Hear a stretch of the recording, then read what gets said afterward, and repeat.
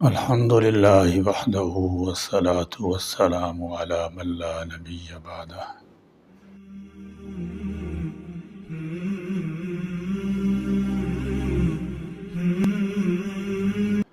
اولاد حق تعالی جل شانہ کی عظیم نعمت ہے۔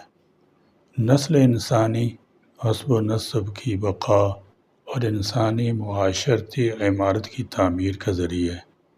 اولاد ہر انسان کے دینی دنیاوی وارث اور دنیا اور آخرت کا سہارا ہوتی ہے۔ حضرات انبیاء کرام علیہ السلام کی نظر دنیا پر نہیں بلکہ آخرت پر ہوتی ہے۔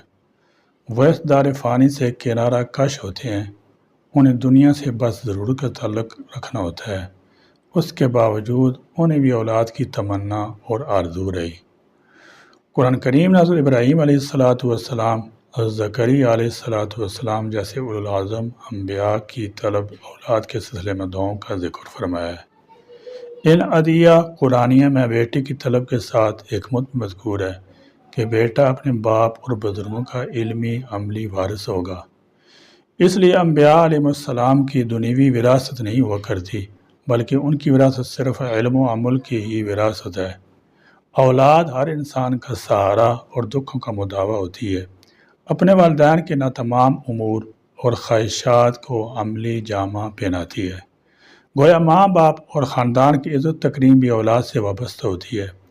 فطری طور پر حق تعالی جل شانہ نے والدین کے قلوب میں اولاد کی اور اولاد کے دلوں میں والدین کی محبت مجزان کی ہوتی ہے۔ اس لیے فریقین ایک دوسرے کے لیے باعث نفع اور باعث سہارا ہوتے ہیں۔ اولاد جتنی صالح، باصلاحیت، محنتی، باسلیقہ، باادب ہو، اتنی والدین، خاندان اور برادری کے لیے باعث عز و شرف ہوتی ہے۔ نیز اولاد جس قدر بدکار، نکمی، کامچور، بے سلیقہ، بے ادب ہو، اتنی والدین، خاندان اور معاشرے کے لیے باعث ننگ و عار ہوتی ہے۔ یہ سچ ہے کہ بعض بیٹے اور بیٹیاں ماں باپ کا نام روشن کرتے ہیں، جبکہ کچھ اولادیں والدین کو بدنام اور رسوا کرتی ہیں۔ اولاد کی لیاقت اور صلاحیت میں جہاں دیگر عوامل کار فرما ہوتے ہیں، وہاں والدین کی تربیت کا عنصر بھی نہایت اہم ہوتا ہے۔ ہر بچہ اپنے ماں باپ سے نہ صرف رنگ پکڑتا ہے بلکہ دین، دنیا، علم و عمل، ادب، تقوی، خدا ترسی، سخاوت، شجاعت، دیانت، امانت، الغرض سبھی کچھ اپنے والدین سے ہی سیکھتا ہے۔ بچے کے لیے پہلی درسگاہ ماں کی گود اور باپ کا کندھا ہوتا ہے۔ وہ لاشعوری طور پر اپنے ماں باپ کی خصلتوں کو اپنے اندر جذب کرتا ہے۔ جناب رسول اللہ صلی اللہ تعالی علیہ وسلم نے اس حقیقت کو خوب واضح فرمایا ہے۔ ہر بچہ ملت اسلام پر پیدا ہوتا ہے، پس اس کے والدین اسے یہودی بنا دیتے ہیں، نصرانی بنا دیتے ہیں یا مجوسی بنا دیتے ہیں۔ بچے مستقبل میں قوم کے معمار ہوتے ہیں۔ اگر انہیں صحیح تربیت دی جائے تو اس کا مطلب ہے ایک اچھے اور مضبوط معاشرے کے لیے ایک صحیح بنیاد ڈال دی گئی۔ بچوں کی اچھی تربیت سے ایک مثالی معاشرہ اور قوم وجود میں آتی ہے، اس لیے کہ یہ اچھا پودا ہی مستقبل میں تناور درخت بن سکتا ہے۔ بچپن کی تربیت نقش الحجر ہوتی ہے۔ بچپن میں ہی اگر بچہ کی صحیح دینی اخلاقی تربیت اور اصلاح کی جائے تو بلوغت کے بعد بھی وہ ان پر عمل پیرا رہے گا۔ اس کے برخلاف اگر درست طریقہ سے ان کی تربیت نہ کی گئی تو بلوغت کے بعد ان سے بھلائی کی زیادہ توقع نہیں کی جا سکتی۔ نیز بلوغت کے بعد وہ جن برے اخلاق و اعمال کا مرتکب ہوگا اس کے ذمہ دار اور قصوروار والدین ہی ہوں گے، جنہوں نے ابتدا سے ہی ان کی صحیح رہنمائی نہیں کی۔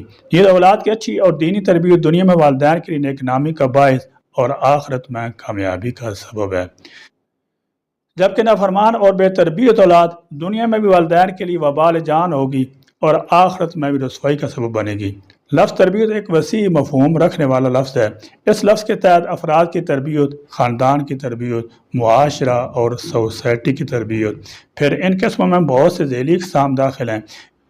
ان سب اقسام کی تربیت کا اصل مقصد غرض عمدہ، پاکیزہ، بااخلاق اور باکردار معاشرہ کا قیام ہے۔ تربیت اولاد بھی انہی اقسام میں سے ایک اہم قسم اور شاخ ہے۔ آسان الفاظ میں تربیت کی تعریف یوں کی جا سکتی ہے کہ برے اخلاق و عادات اور غلط ماحول کو اچھے اخلاق و عادات اور ایک صالح پاکیزہ ماحول سے تبدیل کرنے کا نام تربیت ہے۔ تربیت کی تربیت دو قسم کی ہوتی ہے: ظاہری تربیت، نمبر 2 باطنی تربیت۔ ظاہری اعتبار سے تربیت میں اولاد کی ظاہری وضع قطع، لباس، کھانے پینے، نشست و برخاست، میل جول، اس کے دوست احباب اور تعلقات و مشاغل کو نظر میں رکھنا، اس کے تعلیمی قوائف کی جانکاری اور بلوغت کے بعد ان کے ذرائع معاش وغیرہ کی نگرانی وغیرہ امور شامل ہیں۔ یہ تمام امور اولاد کی ظاہری تربیت میں داخل ہیں، اور باطنی تربیت سے مراد ان کے عقیدہ اور اخلاق کی اصلاح درستگی ہے۔ اولاد کی ظاہری اور باطنی دونوں قسم تربیت والدین کے ذمہ فرض ہے۔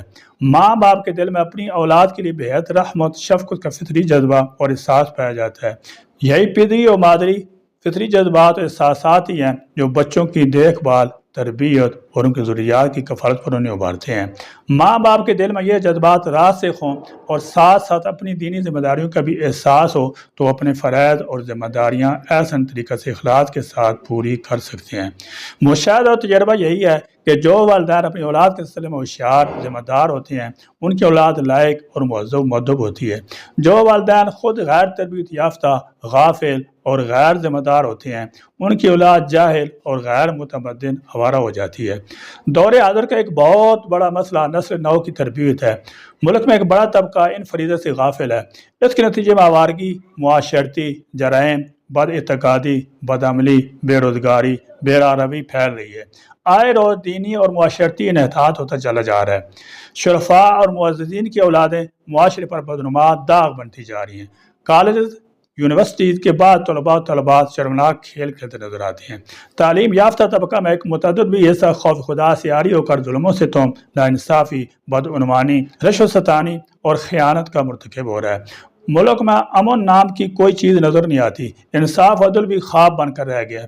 انسانیت انس سے اور مسلمان سلامتی سے عاری ہوتا جا رہا ہے۔ اس لیے اس فریضے کی جانب ہر خاص و عام کا متوجہ ہونا ضروری ہے۔ اسلام نے تربیت اولاد کا سلسلہ ہونے والے والدین سے اولاد کی ولادت سے قبل شروع کرنے کا حکم دیا۔ اس سلسلے میں ہدایت دی گئی کہ ولادت اولاد سے پہلے ہی حق تعالیٰ جل شانہ نے نیک اولاد کی دعا کی جائے۔ قرآن کریم نے نیک اولاد کی طلب کی متعدد دعائیں ذکر کی ہیں۔ مثال کے طور پر ربی ہب لی من الصالحین، میرے پروردگار مجھے ایک ایسا بیٹا دے دے جو نیک لوگوں میں سے ہو۔ ایک جگہ ارشاد فرمایا ربی ہب لی من لدنک ذریۃ طیبہ انک سمیع الدعا، یا رب مجھے خاص اپنے پاس سے پاکیزہ اولاد عطا فرما دے، بے شک تو دعا سننے والا ہے۔ ایک جگہ اس دعا کی تلقین کی گئی ہے ربنا ھب لنا من ازواجنا وذریاتنا قرۃ اعین واجعلنا للمتقین اماما، ہمارے پروردگار ہمیں اپنی بیوی بچوں سے آنکھوں کی ٹھنڈک عطا فرما اور ہمیں پرہیزگاروں کا سربراہ بنا دے۔ بچے جب 7 سال کے ہوں تو انہیں نماز کا کہنا اور عملاً اپنے ساتھ نماز میں شریک کرنا، اور جب 10 سال کے ہوں تو نماز کا اہتمام کروانا بھی والدین کا اہم فرض ہے۔ لڑکپن کی عمر والدین کے لیے نہایت ذمہ داری کی ہے۔ اسی عمر میں بچے بنتے ضائع ہوتے ہیں، اس لیے ان کے گرد و پیش، ماحول، مصروفیات، حلقۂ باب، ان کے زیر مطالعہ لٹریچر پر نظر رکھنا نہایت ضروری ہے۔ خصوصاً نیٹ اور کمپیوٹر کے استعمال کی صورت میں اور اشد نگرانی کی ضرورت ہے۔ بصورت دیگر کم عمر لڑکے بچپن میں ہی اپنا ایمانی جسمانی سرمایہ کھو بیٹھتے ہیں، اپنے اخلاق و کردار اور تعلیم کی بربادی سے اپنا مستقبل تباہ کر دیتے ہیں۔ بچیوں کے سلسلے میں والدین کی یہ ذمہ داری اور زیادہ ہے۔ طالبات کا اکیلے آنا جانا، نامحرم ٹیوٹر سے خلوت میں پڑھنا، آزادانہ موبائل، انٹرنیٹ کا استعمال گھر کو آگ لگانے کے مترادف ہے۔ والدین کے لیے اپنی اولاد کو ضرورت سے زیادہ پرساز سمجھنا نامناسب ہے۔ ایسی بلا وجہ شکوک شبہات اور تجسس بھی اولاد کی بگاڑ کا سبب ہوتا ہے۔ والدین کا فریضہ ہے کہ وہ اپنی اولاد سے بھرپور محبت کریں، انہیں محبت ان سے بلائیں، اپنے ساتھ بٹھائیں، انہیں وقت دیں، ان کی کوتاہی کی صورت میں تنبیہ کے ساتھ درگزر بھی فرمائیں۔ بچوں کو وجہ بلا وجہ مارنا پیٹنا، گالم گلوچ کرنا، ان کے ساتھ بائیکاٹ کرنا، ترک کلام کا معمول بنا لینا درست نہیں۔ یہ بچوں کو بغاوت پر اکساتا ہے۔ حضرت یعقوب علیہ السلام کا اپنے بیٹوں کے ساتھ طرز رویہ لائق اتباع ہے۔ ان کے بیٹوں نے اپنے والدین کے ساتھ نہ صرف دھوکہ کیا، غلط بیانی سے کام لیا، بلکہ ذات تکلیف کے مرتکب بھی ہوئے۔ اس کے باوجود آپ نے نہ تو بیٹوں کو گھر سے نکالا اور نہ ہی بائیکاٹ کیا، بلکہ ہمیشہ اصلاح کی فکر فرمائی۔ نتیجتاً اولاد کی اصلاح ہو گئی۔ والدین کا فریضہ ہے کہ وہ بچوں کو مناسب عمر میں رشتہ ازدواج میں منسلک کر دیں۔ فتنہ کے اس دور میں بہت دیر سے شادیاں معاشرتی بگاڑ کا ایک بڑا سبب ہے۔ بچیوں کے سلسلے میں بھی یہ امر ملحوظ رکھنا ضروری ہے کہ جب ان کے لیے مناسب رشتہ کا انتظام ہو جائے اور عمر بھی مناسب ہو تو شادی کر دینی چاہیے۔ والدین کا یہ بھی فرض ہے کہ وہ اپنی اولاد میں ہمہ قسم مساوات انصاف سے قائم رہیں۔ اپنی اولاد میں سے کچھ کو نواز دینا اور کچھ کو محروم کر دینا حدیث میں سے ظلم قرار دیا گیا ہے۔ یقیناً یہ طرز بھی اولاد کی بگاڑ اور بغاوت کا سبب بنتا ہے۔ آخر میں والدین کو اس امر کی جانب متوجہ کرنا بھی ضروری ہے کہ جدید ٹیکنالوجی، موبائل، کمپیوٹر اور انٹرنیٹ وغیرہ یقیناً اس دور کی ضرورت میں سے ہیں۔ اس لیے موبائل وغیرہ بچوں اور بچوں کی دیتے ہوئے ان کی عمر، ان کے اخلاق کردار کو ضرور ملحوظ خاطر رکھیں۔ خاص طور پر کم عمر بچیاں اور غیر شدہ خواتین میں موبائل کا استعمال یقیناً باعث فتنہ ہے۔ حق تعالیٰ جل شانہ تمام مسلمانوں کی اولاد کو نیک صالح فرمائیں، آمین۔ وآخر دعوانا الحمدللہ رب العالمین۔